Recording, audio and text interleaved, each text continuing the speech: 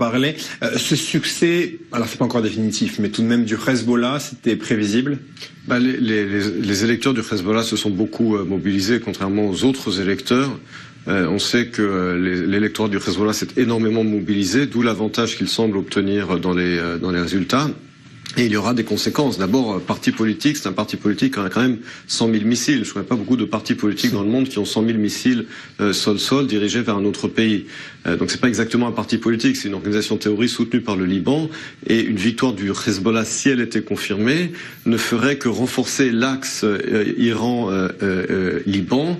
Et les risques effectivement d'une conflagration vis-à-vis d'Israël. Donc il y aura des conséquences si effectivement cette victoire est confirmée. Est-ce que ça confirme, si vous voulez, la politique israélienne que le Liban est responsable des agissements du Hezbollah?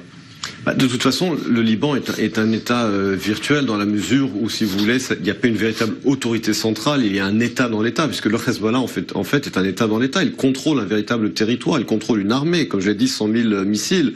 Et donc, comme vous le dites, a fortiori, si le Hezbollah devient la force politique dominante au Liban, alors le gouvernement libanais ne pourra plus se cacher derrière le Hezbollah en disant ça n'est pas nous, c'est cette organisation dirigée ou téléguidée par l'Iran, puisque c'est une organisation qui a une présence politique active au Liban et que, comme je l'ai dit, si sa victoire politique est confirmée, eh bien oui, l'État libanais ne pourra plus continuer de dire que ce n'est pas lui qui contrôle le Hezbollah. Est-ce que c'est une victoire pour Téhéran qui renforce son axe de Téhéran jusqu'à Beyrouth en passant par Damas? Bien entendu, c'est une victoire pour Téhéran, c'est une victoire que Téhéran a beaucoup encouragée en encourageant la mobilisation, puisque aujourd'hui on voit à quel point Téhéran renforce sa présence en Syrie par le biais de Bachar Assad et avec finalement l'accord tacite des Russes, et puis évidemment ce couloir que Téhéran veut établir jusqu'à la mer Méditerranée par le biais du Hezbollah au Liban. On sait qu'au sein du Liban il y a des guerres intestines politiques énormes entre les chiites, les sunnites, les chrétiens,